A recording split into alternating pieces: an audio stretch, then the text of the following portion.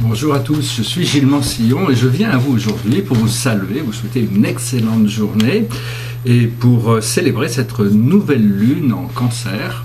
C'est une lune qui est bien en Cancer parce que le Cancer, la lune, c'est sa maison de préférence. Mais il y a aussi, donc il y a bien sûr le Soleil. Bon anniversaire à tous les cancers. Il y a aussi le Soleil, il y a Vénus et il y a Mercure qui sont en alignement dans cette constellation du Cancer. Et tout ça, ça oppose, en opposition en Capricorne, il y a Pluton. Et donc c'est vraiment, Pluton, c'est la force de la transformation. Et donc il y a vraiment toute une dynamique avec toutes ces planètes qui force des transformations, qui aide la transformation. Et bien sûr, il y a Mars qui pour le moment est immobile dans la constellation du Scorpion, mais qui va repartir direct. Donc notre volonté, notre détermination à avancer, notre habilité à maîtriser notre volonté va devenir beaucoup plus facile. Pour le moment, il est à 23 degrés du Scorpion. Et puis il y a Chiron qui est parti en rétrograde, donc qui a recommencé à reculer un petit peu dans la constellation du Poisson. Mais Chiron est une planète interne, c'est-à-dire que quand elle part en rétrograde, elle devient 10 fois plus puissante, parce que c'est une planète qui nous montre toutes ces choses qu'on a besoin d'adresser. C'est une planète qui a une vibration extrêmement rapide, extrêmement subtile, extrêmement spirituelle. Et donc il y a aussi un autre aspect, c'est Neptune et Saturne qui forment un carré. Et donc c'est ça Neptune nous dit voilà nos rêves, Saturne nous dit voilà comment on va pouvoir les réaliser. Donc c'est vraiment une question de vous donner la permission de faire les choses que vous avez besoin de faire et de rester bien connecté à votre centre de ressenti, d'énergie, pas forcément intellectuelle, mais plutôt chercher cette énergie de bien-être à l'intérieur de vous. C'est très important de continuer à rester bien connecté avec son moi intérieur. On m'a posé des questions sur les guides, les êtres invisibles qui sont là pour nous aider. On a 3 guides essentiellement principaux. On en a d'autres, mais c'est notre ange gardien, notre maître guide et notre guide de la voie terrestre.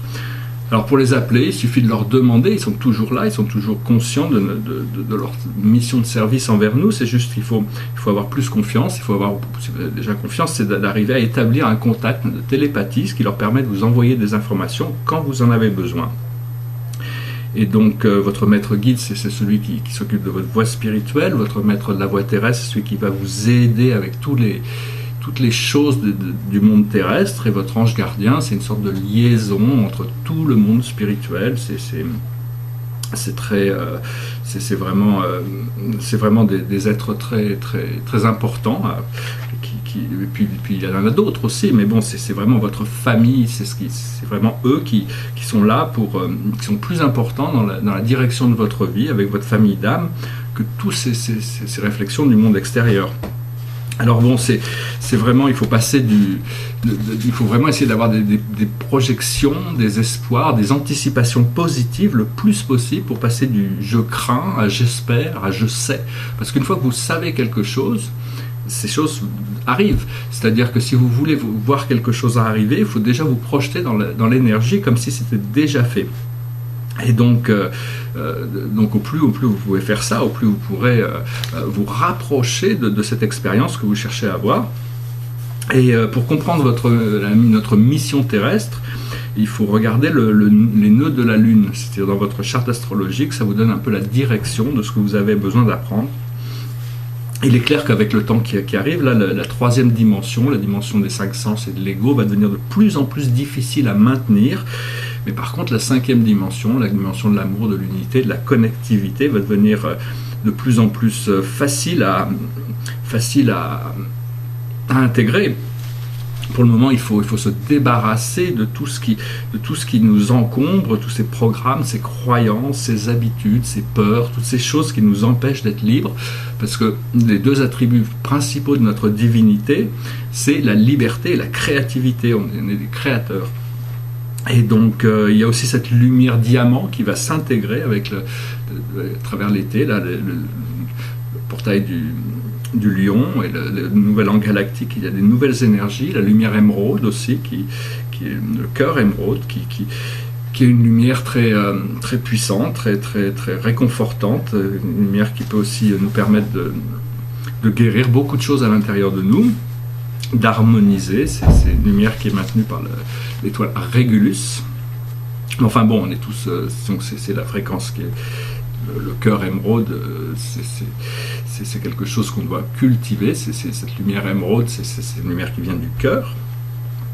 Et donc, pour finir, je voulais aussi dire que, on parlait un peu de la loi de l'un, parce qu'on m'a posé quelques questions sur cette loi de l'un, comment la déterminer, mais comment la trouver dans les livres ou quoi que ça, c'est juste réaliser de son... C'est très facile, il suffit d'accepter dans sa conscience, de s'unifier avec l'un qui est le tout, avec l'un qui est l'amour, c'est-à-dire on n'a pas besoin de s'identifier avec une autre personne, avec toutes les dysfonctions du monde terrestre, c'est pas vraiment ça, c'est juste arriver à s'identifier avec sa source, se reconnecter avec sa source au niveau suprême, au niveau ultime, au niveau absolu et infini éventuellement, mais pour le moment, il faut déjà savoir qu'on est tous connectés à une source incroyable, et c'est ça qui nous permet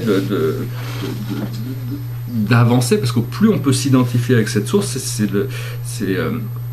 au plus on peut rendre notre vie agréable, parce que tout le programme de la réalité est fait dans le but que les êtres créés découvrent leur divinité et se libèrent de l'impermanence. Parce que c'est une aventure éternelle, hein, c'est d'arriver dans un sentiment de bien-être, d'être serein, de ne plus avoir de désir et de besoin, mais pouvoir s'y établir de manière permanente. Et à ce moment-là, on peut activer cette rivière, et la rivière nous transporte, quoi. Il faut savoir que notre source nous comprend parfaitement. Mais c'est nous qui ne comprenons pas toujours la source. Donc, par contre, cette source est partout présente, cette conscience, cette suprême intelligence est partout présente, et au plus vous pouvez comprendre que dans toutes les situations, il y a aussi la source, au plus les situations vont pouvoir s'harmoniser aussi, quoi. Ça dépend aussi de notre état d'esprit quand on rencontre la situation, mais si vous arrivez avec cette conscience d'amour divin dans une situation, forcément tout le monde est élevé dans la situation, ça dépend parce qu'on est tous les créateurs de notre réalité. Aussi, une autre chose que je voulais dire, c'est qu'il peut-être pas un expert, on n'est pas des experts en tout, mais on doit être un expert en nous-mêmes, quoi, parce que c'est vous quand même qui êtes le maître de vous-même, l'expert de vous-même. C'est pas une question de narcissisme, mais une question de prendre responsabilité pour toutes nos pensées, pour toutes nos actions, et donc au plus on fait ça, au plus on arrive à s'aligner. J'ai dit qu'on avait 4 ans, ça faisait 4 ans qu'on était rentré dans le nouvel âge, en réalité, ça fait peut-être 5 ans, ça dépend pour ceux qui ont activé leur corps de lumière, le début de leur corps de lumière en 2013 ou 2012. Mais enfin bon, pour le moment, il faut apprendre c'est un petit peu comme des nouveaux esprits, quoi. On est nouveaux esprits, il faut apprendre à ramper, à marcher à 4 pattes, puis éventuellement on peut se lever, se tenir debout, être suffisamment solide dans cette vérité intérieure pour pouvoir la présenter aux autres. Éventuellement, on apprend à marcher, puis éventuellement on sera assis dans notre présence je suis, ce qui nous permettra d'être toujours bien confortable, quelle que soit la situation, dans une possibilité de souveraineté. Pour le moment, le but de toute cette opération, c'est de retrouver sa mémoire passée, des vies passées, mais pas seulement, c'est des mémoires de notre origine.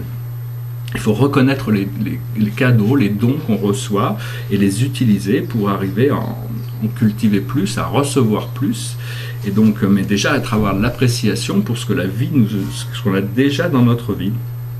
Et le plus possible, essayez de solidifier votre base, votre chakra de la base, c'est là où se trouvent toutes les leçons. Et donc c'est très important de continuer à purifier le corps physique pour arriver à ce que votre base soit de plus en plus solide. Voilà, j'espère que ce message aura été intéressant pour vous, que vous passerez un très bon moment avec toutes ces nouvelles énergies qui se présentent. Et puis si vous partez en vacances, je vous souhaite de très bonnes vacances. Vous pouvez me suivre aussi sur Facebook. Si vous avez des questions, peut-être sur Twitter, c'est peut-être ce qui est le plus pratique. Des fois, ça me prend plus de temps pour les recevoir ici. Je me suis aussi inscrit sur Instagram. C'est un peu la guerre des images, avec des surenchères de luxe un peu partout. Mais enfin, c'est assez marrant. Moi, je suis assez visuel, donc je trouve Instagram assez marrant. Voilà, je vais tirer quelques cartes. Alors, quelle est la plus haute sagesse qui peut être recommandée pour vous aujourd'hui? C'est les responsabilités. C'est-à-dire arriver à reconnaître quelles sont vos responsabilités. Parce qu'on a tous des responsabilités, donc c'est important de les connaître, de les savoir et de s'y tenir. Au niveau de la voie terrestre, on a le higher self, c'est le moi supérieur, c'est-à-dire c'est connecté avec notre partie invisible, notre famille d'âme, notre âme, notre famille d'âme, tous ces groupes, cette énergie invisible auquel on est connecté, qu'on a oublié, mais il faut rappeler ces énergies à l'intérieur de notre conscience. L'action que l'on doit prendre, c'est healer, c'est-à-dire de guérir. On a besoin de guérir des situations, de guérir nous-mêmes, accepter les nouvelles énergies et puis pouvoir avancer plus vite, quoi. Une fois on traîne plus de boulets, on est forcément plus léger et on avance plus vite. Et le message général, c'est paradigm shift. Alors le paradigm shift, c'est bien sûr une transformation complète de notre appréciation des choses et la manière dont on vit notre réalité consciente. Donc c'est vraiment passer d'une réalité séparée, isolée, à une réalité intégrée, connectée. Et à ce moment-là, on a beaucoup plus de permission aussi de pouvoir utiliser toutes les opportunités que la vie nous apporte. Donc voilà, je vous souhaite une excellente journée. Si vous avez j'apprécie vos commentaires, n'hésitez pas à commenter sur ces choses. Si vous avez des questions, je ferai de mieux pour y répondre. Et dans l'attente, je vous souhaite un excellent mois de juillet. Je reviendrai à vous prochainement. Et ici, nous avons une journée de beau temps, ce qui est ce qui n'est pas commun, parce qu'on a beaucoup de pluie. Mais donc voilà. Je vais certainement devoir partir en voyage, mais je vais continuer à faire ces vidéos. Donc, j'espère qu'on aura bientôt l'opportunité d'avancer vers la prochaine étape pour arriver à être plus, tous ceux qui travaillent dans la lumière, avoir plus de responsabilité sur la manière dont on peut guider les situations terrestres pour les amener dans une énergie qui est une énergie de paix, de joie, de bonheur, de liberté pour tous. Voilà, écoutez, je vous laisse et je vous souhaite une excellente journée. Je vous remercie de votre présence et puis je vous dis à bientôt. Namasté.